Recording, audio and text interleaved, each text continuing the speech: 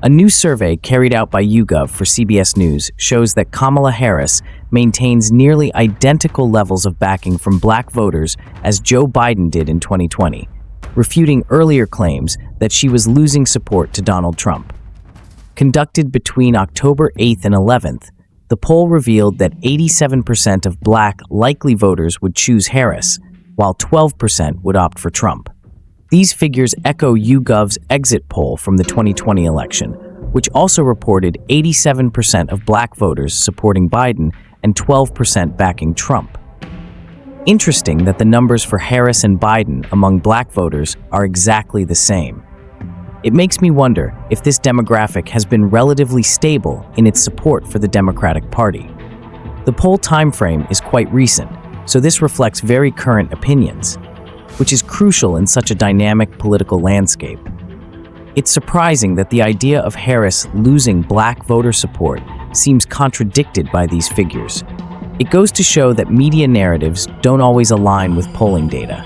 This latest poll differs slightly from a New York Times Siena College survey released just a week prior, which placed Harris's black voter support at 78%. With Trump's backing slightly higher at 15%. With the 2024 presidential race remaining highly competitive, even small variations in voter turnout among key demographic groups, particularly in pivotal swing states, could significantly influence the final outcome. It's interesting how different polls can report somewhat varied results, but a difference of a few percentage points could still be crucial. Swing states always seem to be the deciding factor in elections, especially in a race as close as this one. It's worth noting how volatile voter sentiment can be, with numbers shifting within a short span of time. Should she win, Kamala Harris would not only break new ground as the first female president, but also as the second black person to hold the office. As of now, 538, a well-known polling aggregator, gives Harris a 53% chance of defeating Trump, who has a 46% likelihood of winning. Nevertheless, Harris is reportedly facing some challenges in garnering the same level of support from non-white voters that Biden achieved in 2020. A Newsweek review of recent polling shows her support among Hispanic voters at 56%, a slight decrease from the 59% who backed Biden 4 years ago. The potential for Harris to make history is notable. It's a big deal for many voters to see representation in the highest office. A 53 to 46% split in odds doesn't leave much room for comfort. It's going to be a tight race.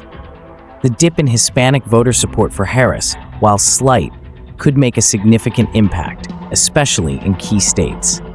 Former President Barack Obama recently addressed black men specifically during a rally in Pittsburgh, expressing concern about the lower levels of excitement and turnout in black communities compared to when he was running for office. He speculated that some black men might be reluctant to support Harris because of her gender and urged them to reconsider supporting Trump, whom he criticized for having a history of disrespecting the black community. Obama emphasized that supporting a candidate who degrades others is not a show of strength, particularly for men. Obama's direct appeal to black men shows that the Democratic campaign may be concerned about this particular demographic's engagement. The fact that he brought up gender suggests that there might be a deeper issue here in terms of how some voters perceive female leadership. His reference to Trump's history with the black community is a clear reminder of how much character and past behavior can factor into voter decisions.